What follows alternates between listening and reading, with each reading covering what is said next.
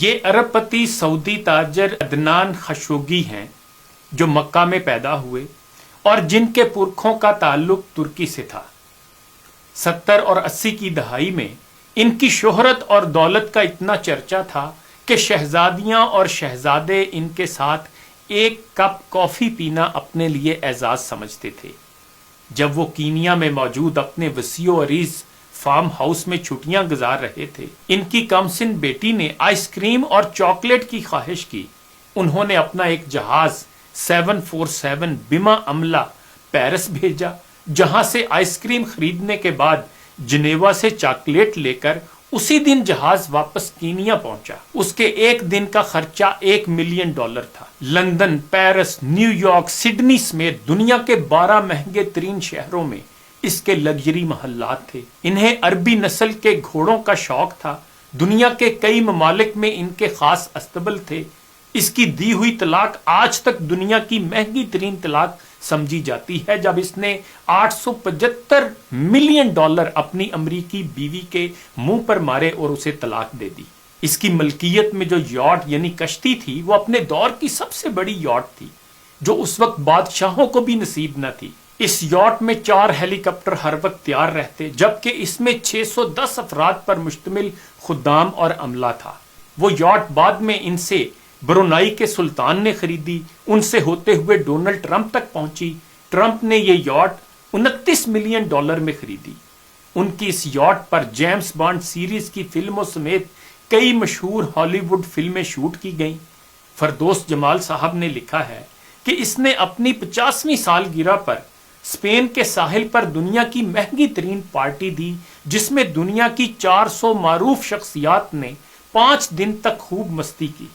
اس نے امریکی سفیر رچرڈ نکسن کی بیٹی کی ایک مسکراہٹ پر 60,000 پاؤنڈ مالیت کا طلائی ہار قربان کر دیا۔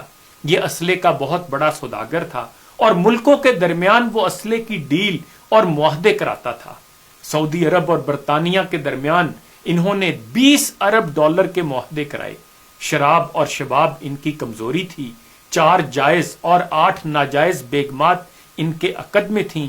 یتیموں پر دست شفقت رکھنا، بیواؤں کا خیال، مسکینوں کی مدد، سیلاب اور زلزلوں میں انسانی ہمدردی کے تحت فلاحی کام، ان سب سے اسے سخت الرجی تھی۔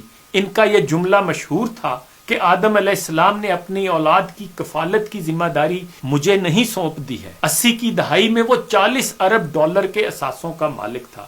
فردوس جمال لکھتے ہیں کہ پھر آہستہ آہستہ اللہ تعالیٰ نے اس کی رسی کھینچ لی۔ اب تنزل اور انحطاط کی طرف اس کا سفر شروع ہوا۔ اربوں ڈالر کی مالیت کے ان کے ہیرے سمندر میں ڈوب گئے۔ کاروبار میں خسارے پہ خسارہ شروع ہوا، قرضے پہ قرضہ چڑھا، سب اثاثے فروخت کر ڈالے۔ ان کے دوست احباب، ان کے چاہنے والوں نے ان سے نظریں پھیر لیں۔ یہ ایک لمبی مدت گمنامی کے پاتال میں چلا گیا۔ کسی کو خبر نہ تھی کہ کہاں ہے۔ پھر ایک دن یہ لندن میں کسی سعودی تاجر کو ملا۔ ان کی حالت غیر ہو چکی تھی۔ اس تاجر سے کہا، وطن واپس جانا چاہتا ہوں لیکن کرایہ نہیں۔ اس سعودی تاجر نے اکانومی کلاس کا ٹکٹ خرید کر اسے دیا اور یہ جملہ کہا، اے عدنان، اللہ تعالیٰ نے فقیروں اور غریبوں پر مال خرچ کرنے اور صدقہ کرنے کا حکم دیا ہے۔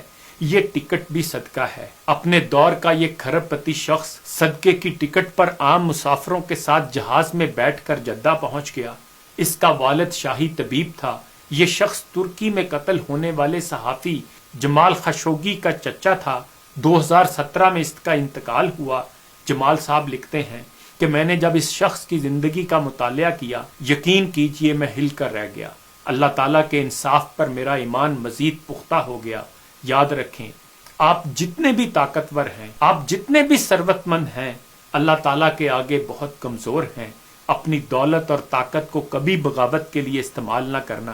اللہ تعالیٰ کی پکڑ بڑی سخت ہے۔ رسول اللہ صلی اللہ علیہ وآلہ وسلم زوال نعمت سے ہمیشہ اللہ تعالیٰ کی پناہ مانگتے تھے۔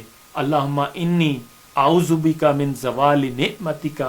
خدا ہمیں تکبر اور گمراہی سے بچائے۔ انہی گزارشات کے ساتھ اجازت چاہوں گا۔ اپنا خیال رکھیے گا۔ اللہ حافظ۔